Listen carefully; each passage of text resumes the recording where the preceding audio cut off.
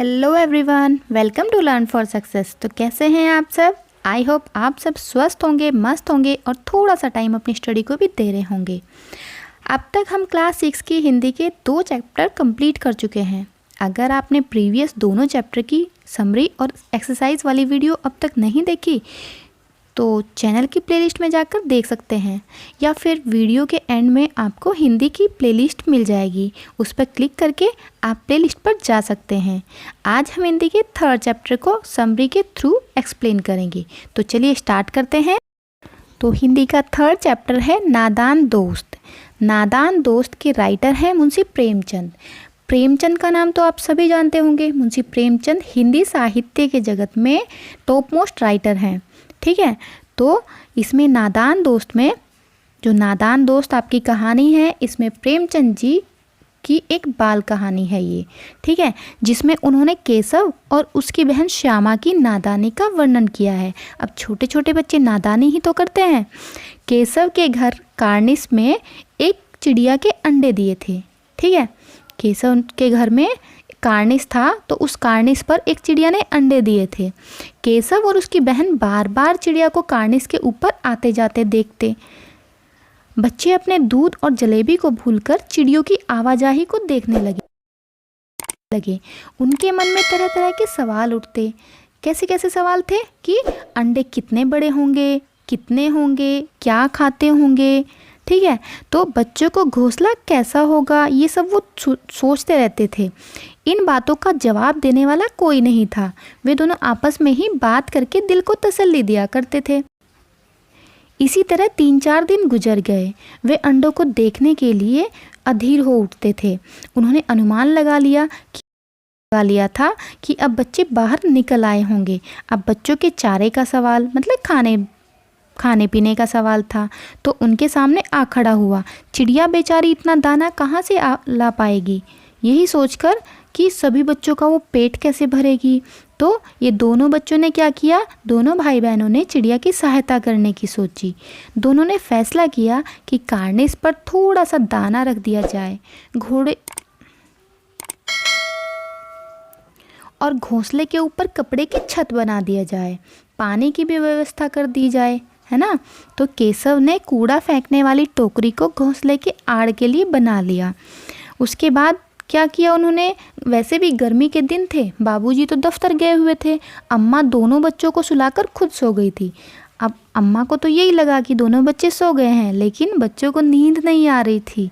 वे चुपचाप दबे पांव उठे और अंडों की हिफाजत की तैयारियां होने लगी। कमरे से स्टूल लाया गया। वह छोटा पड़ा तो नहाने की चौकी स्टूल के नीचे रखी गई। उन्होंने ऐसे किया। उसके बाद क्या किया, श्यामा दोनों हाथों से स्टूल को थामे हुए थी। केशव के जाते ही चिड़िया उड़ गई। उसने देखा कि 3 अंडे हैं, जिसमें से बच्चे अभी नहीं निकले हैं। श्यामा दौड़कर पुरानी धोती फाड़कर एक टुकड़ा ले आई, जिसे बिछाकर एक गद्दी बनाई गई और उसके ऊपर तीनों अंडे उठाकर रख दिए गए। श्यामा प्याली और चावल भी ले आई। इसके बाद श्यामा ने भी अंडों को देखने की इच्छा प्रकट की। अब उसकी भी इच्छा थी कि वो भी अंडे देखे, लेकिन केशव ने क्या किया, उसने श्यामा को फटकार लगाई कि तू गिर पड़ेगी। जब बच्चे बड़े हो जाएंगे तो हम उन्हें खिलाएंगे, तब दोनों एक साथ ही खिलाएंगे, तो तब देख लेना। अब दोनों ने स्टूल और सारे सामानों को उठाकर रख दिया। इतने में कोठरी का दरवाज़ा खुलता है और माँ ने धूप से आंखों को बचाते हुए दोनों को डांट डपट कर कमरे में सुलाने के लिए फिर से ले गई। अब बच्चों को नींद आ गई।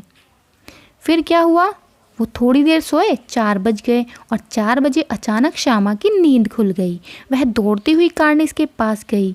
वहाँ पर वह अंडों को ज़मीन पर पड़े हुए देखती है।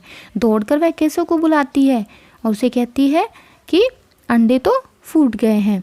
केशव पानी की प्याली और अंडों को ज़मीन पर फूटा हुआ देखता है। तभी वहाँ अम्मा आ जाती है। वह दोनों को डांटती है तो श्यामा बताने लगती है कि केशव भैया ने अंडों के नीचे गद्दी बिछाई थी। तो माँ कहती है कि तुम लोग इतना भी नहीं जानते हो कि अंडों को छूने से वे गंदे हो जाते हैं। फिर चिड़िया उन्हें नहीं सहती है। केशव को कई दिनों तक अपनी गलती का एहसास रहा। वह अंडों की हिफाजत में उनका सत्यानाश कर दिया उसने।